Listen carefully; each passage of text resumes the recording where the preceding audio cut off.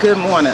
I'm Lisa Ross, and I'm here with Dau Mabil, the brother of Dau Mabil, and Carlos Tanner. We're both lawyers here in Jackson. We represent Mr. Mabil and the minor son of Dau Mabil. And we're here this morning to call attention to Dau Mabil and the circumstances concerning his disappearance. We believe we are standing in the place this morning where Dau Mabil may have taken his last steps and where he fought for his life. And we are here to call on the Department of Justice, the Mississippi Department of Public Safety, the Jackson Police Department, and all other investigatory entities to work together to investigate the death or the disappearance of Dau Mabil. We believe that Dau's body has been found. We believe that his body was found in the Pearl River. We're waiting on the Mississippi Department of Public Safety to make an announcement. And because it's taken so long for them to make an announcement, we decided to go to court this morning to make sure that the body that was pulled from the Pearl River was not disposed of before this family could conduct an autopsy or the state of Mississippi could conduct an autopsy. This morning, Chancellor Dwayne Thomas granted our request for a temporary restraining order, and he also ordered the state of Mississippi to conduct an autopsy of the body that was pulled from the Pearl River. And he also granted the families or Mr. Mabil's request to do an independent autopsy if we deem that necessary. I have Mr. Mabil here, and I want him to share some thoughts on his brother and why we're here today. Okay, good afternoon everyone. My name is Dau Mabil. I'm Dau Mabil, his brother. Dau is my mother is last born. He's my little brother. He was the only brother that I have. There were three of us in the family as brothers. I have three sisters and three of us as brothers, so 6 of us in total in my family. So my oldest sister died in 2004, and my older brother died in 2015 due to war injuries that he sustained during the war in South Sudan. And Dau and I were brought to the United States in December 4, 2000. That's when we were brought to Jackson, Mississippi. Dau was roughly about 9 years old when we came here to the United States. So he was placed in a foster care with his foster mother, Miss Greer is here, who was taking care of Dau since he was a little boy. Dau has been a good boy. He finished middle school here in America. He also finished high school here, and he went to community college and graduated with an associate degree in computer networking. He was good in everything he does. Even his plan, he was actually planning to go back to school at Jackson State to complete his computer science degree. That was his plan for this year. And now my brother has been reported missing for the last 3 weeks. It has been a devastating news in my family. When I hear that my brother went missing, I didn't receive a call on March 25th when he went missing. I only received a call on March 26th by one of our friends who is a Sudanese who also live here, John Jibol, and he's here with me today. If John would have not called me, I would have not known the disappearance of my brother. So when John called, I came immediately to Jackson, Mississippi to find out what had happened to my brother, because I knew My brother was married, and all I have seen when he got married, he does everything with his wife, including going for a walk. So it was very strange that Dau was reported missing, and that Dau went for a walk by himself. He normally walked with his wife, but this time I was told that Dau went for a walk by himself and went missing. So I came to Jackson and to find out what could have caused it. I did my little investigation, and I came up with some issues that may have led to his disappearance. And those are the things that I have been trying to put the Capitol Police and Jackson Police Department to work together to try to look into all these issues that were underlying the cause of his disappearance. I know that there was a body that was found in the Paw River, and I believe that body is the body of my brother Dau. I know some people want to deny that, but that is the body of my brother. So what I'm calling is for the autopsy and the DNA test to be made official, so the public can be updated on what had happened to my brother. Many people still think that my brother is still alive, and some people are pretending like they are looking for him, but he's not. He's not alive. My brother is not here. All I need is for the Capitol Police and Jackson Police Department to cooperate and work together and come out, release what you have found, update the public on the disappearance of my brother. I believe the body that was found is my brother, Dau. So I'm here to let the public know from my perspective as a brother of Dau. I want Capitol Police and Jackson Police Department to work together to give public an update on what had happened to my brother. Thank you. Based on what we know about Mr. Dau Mabil, he was a very beloved man in the Jackson community. He had a long history of working with children, particularly young children. He was very active in Jackson's soccer community. And based on our investigation, since the Mabil family hired us, we have investigated, we have uncovered a lot of extremely strange circumstances surrounding Mr. Mabil's disappearance. And so what we're doing is trying to call on the public, and we have evidence that the last place, as Attorney Ross said, that Mr. Mabil was seen alive was this museum trail here. There are a lot of things we've uncovered that we can't get into the specifics now on, but we have been trying to work with law enforcement to share what we've gathered with law enforcement. And some of the things we've figured is that it would be very difficult for no one to have seen anything, to have heard anything. We have walked this lengthy trail, and we have gathered evidence that suggests that there may be people out there who can provide information that would be helpful in the Mabil family's quest for justice here. And so that's what we're doing. If anybody saw anything, heard anything, saw anything suspicious or that might lead to justice for this family, we ask you to please contact us and contact law enforcement so that we can bring a resolution and get closure for this family so that they can understand what truly happened to Mr. Mabil. And Ross, you said you believe that this is where Dau fought for his life. What I think may have happened in this area, and also the brother said why the wife wasn't with him as they normally went walking on the trail together. I have not spoken to the wife, so I cannot account for why she was not present that day. But by all accounts, it would be very unusual for Dau to go out on a walk by himself. He generally walks with his wife, and we have evidence that we can't share at this time that puts Dau on this trail.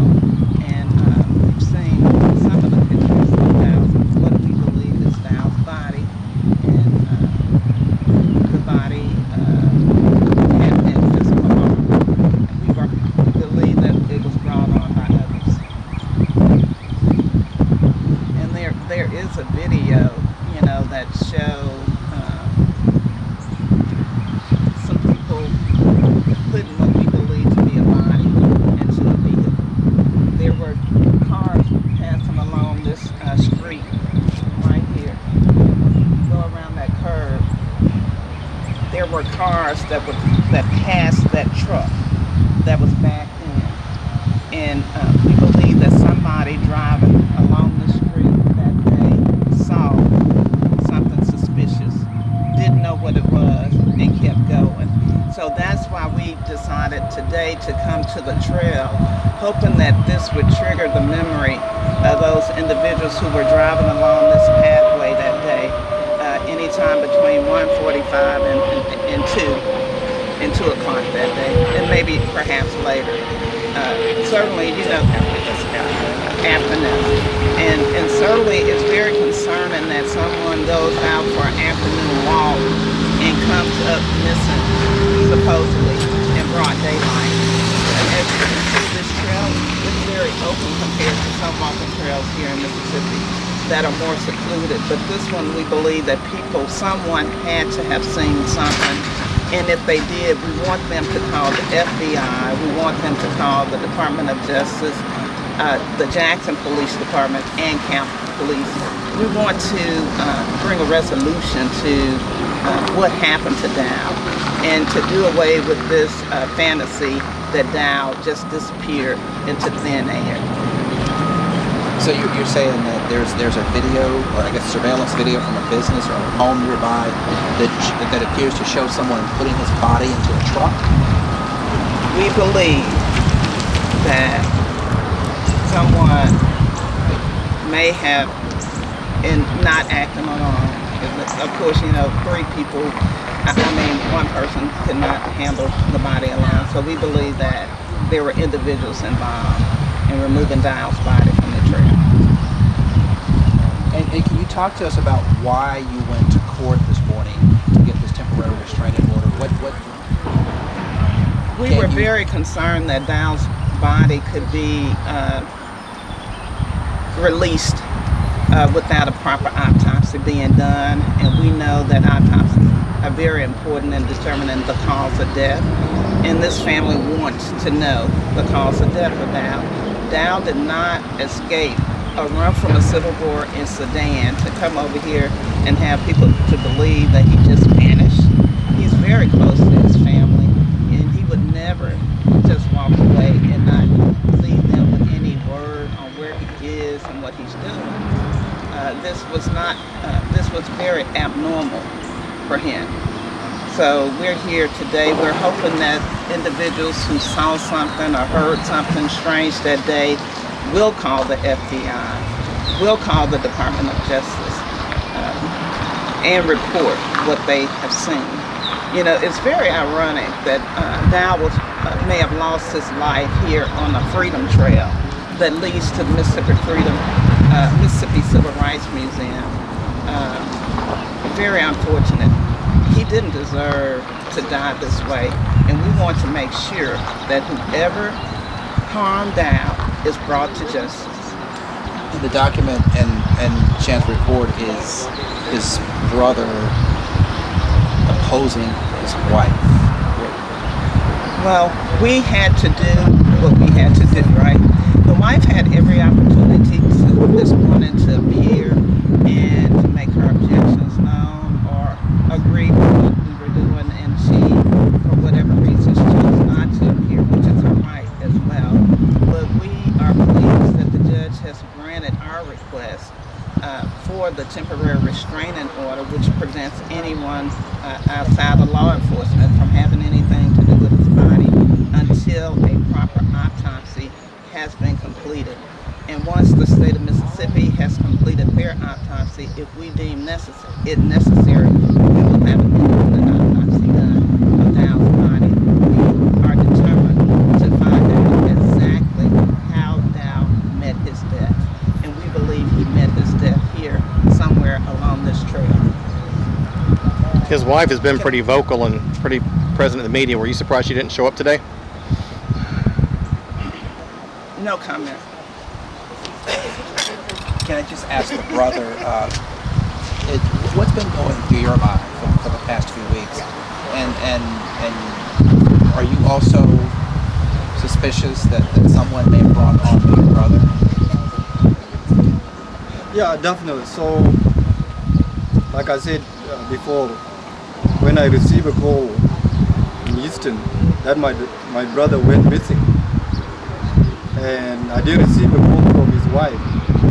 She told me that my brother went missing. That was 24 hours to receive a call after my brother went missing on Monday, and I got a call on Tuesday. A day later. That was strange.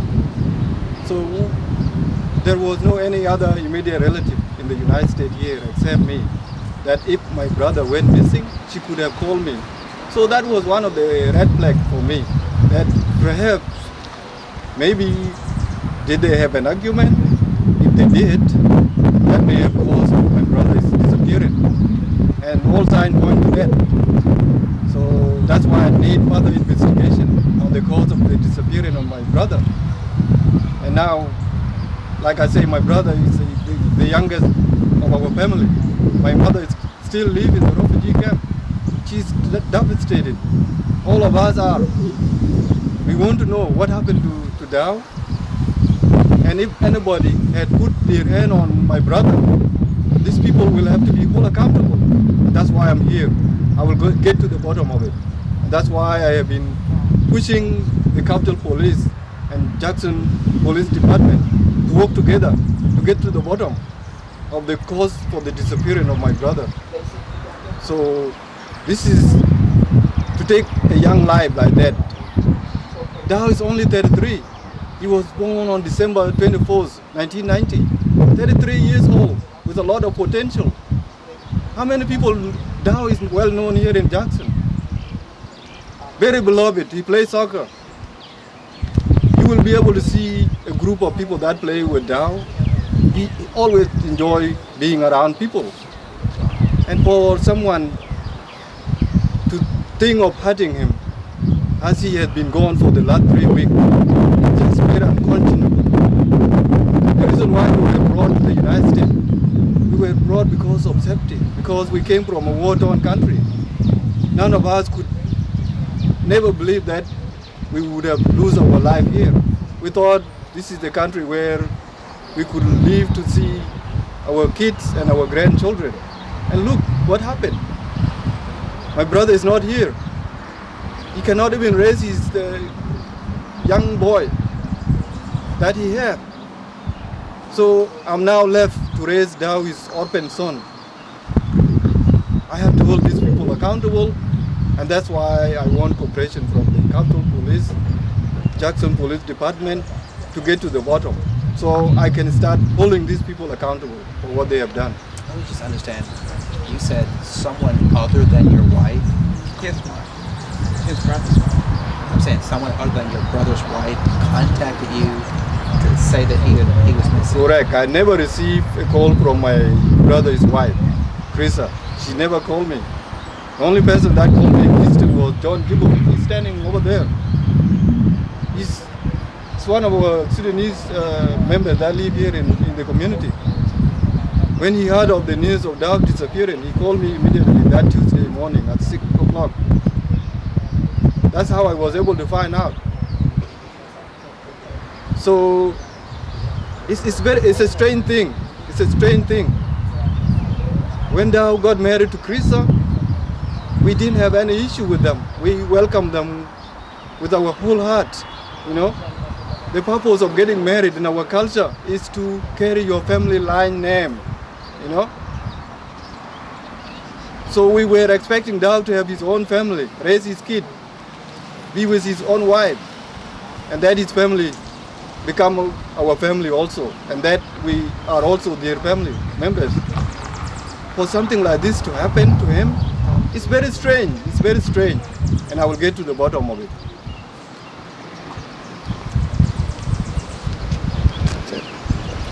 Thank you for coming.